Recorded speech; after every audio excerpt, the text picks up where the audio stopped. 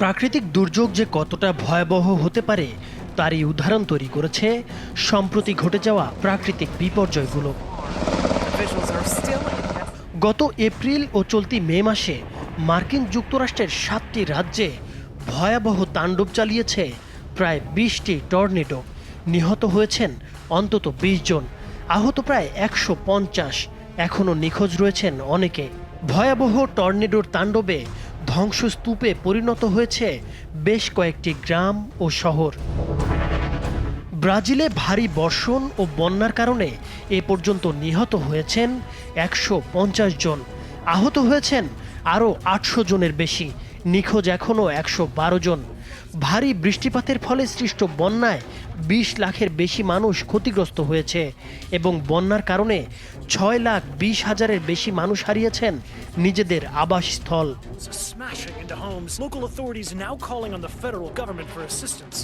আফগানিস্তানের উত্তরাঞ্চলে আকস্মিক বন্যায় মৃতের সংখ্যা 300 ছাড়িয়ে গেছে, বিধ্বস্ত হয়েছে 1000-এর বেশি বাড়িঘর।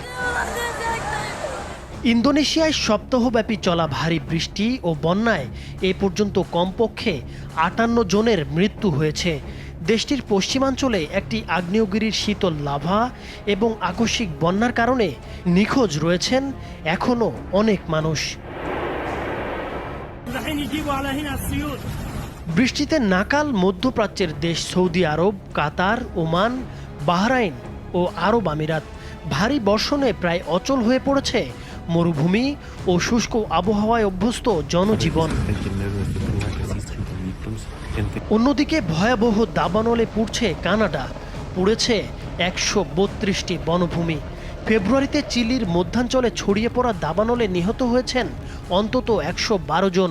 এছাড়া গত কয়েক মাসে দাবানলের ঘটনা ঘটেছে স্পেন, যুক্তরাষ্ট্র, অস্ট্রেলিয়া সহ আরও বেশ কিছু দেশে। শুধু 2023 সালে বিশ্বব্যাপী প্রাকৃতিক দাবানলের কবলে পড়ে মৃত্যু হয়েছে অন্তত 310 জনের। মে মাসের শুরুর দিকে বাংলাদেশের সুন্দরবনের প্রায় 2 বর্গ কিলোমিটার এলাকায় লাগা আগুনও ছিল মূলত একটি দাবানল।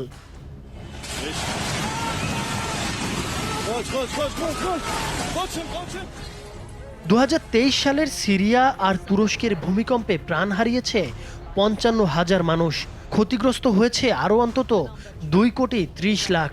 এছাড়া সম্প্রতি ভূমিকম্পের কবলে পড়েছে তাইওয়ান, জাপান, ইন্দোনেশিয়া, ইরান সহ আরও অনেক দেশ। প্রাণ হারিয়েছেন অনেক মানুষ।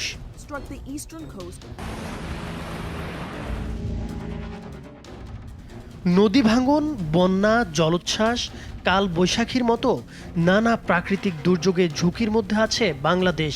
তীব্র তাপদাহের পর কয়েকদিনের বৃষ্টিতে দেশের তাপমাত্রা কমে গেলেও আবার শুরু হয়েছে মৃদু তাপপ্রবাহ। বিভিন্ন সূত্রে জানা গেছে এল নিনোর প্রভাবে তীব্র গরম পড়েছিল, তবে এল নিনো এখন কিছুটা শান্ত হয়ে আসলেও সক্রিয় হচ্ছে লা নিনা। এর ফলে শুরু হতে পারে তীব্র বৃষ্টিপাত এবং বন্যা। এর মধ্যেই জানা গেছে বঙ্গোপসাগরে তৈরি হচ্ছে ঘূর্ণিঝড় রেমাল। এই মাসের শেষের দিকে বাংলাদেশে আঘাত হানতে পারে এই ঘূর্ণিঝড়। এছাড়া বাংলাদেশ সরকার প্রণীত ভূমিকম্প ঝুঁকি নিরূপণ মানচিত্রে মধ্যম ঝুঁকিতে রয়েছে রাজধানী ঢাকা। বিশেষজ্ঞদের মতে বিপদ আসতে পারে যে কোনো সময়। ঢাকায় এখন প্রায় 2 কোটি মানুষের বসবাস, বহুতল ভবন আছে 6 লাখেরও বেশি। বড় ভূমিকম্পে ঢাকা শহরের ক্ষয়ক্ষতি কতটা হতে পারে সেটা নিয়ে খুব সাম্প্রতিক কোনো গবেষণা না থাকলেও বিশেষজ্ঞরা বলছেন ভূমিকম্পে শুধু ঢাকা শহরেই 2 থেকে 3 লাখ মানুষ প্রাণ হারাতে পারেন। সেই সাথে অন্তত 25% বহুতল ভবন মাটির সঙ্গে মিশে যাওয়ার সম্ভাবনা রয়েছে। প্রাকৃতিক দুর্যোগকে প্রতিরোধ করা সম্ভব নয়, কিন্তু দুর্যোগের ফলে যে ক্ষয়ক্ষতি হয় তা পূর্ব প্রস্তুতির মাধ্যমে অনেকটাই কমিয়ে আনা সম্ভব। তাই এখন থেকেই এসব প্রাকৃতিক দুর্যোগ মোকাবেলা করার প্রস্তুতি নিতে হবে বাংলাদেশকে। নাইমুর হোসেন, মাছরাঙা টেলিভিশন।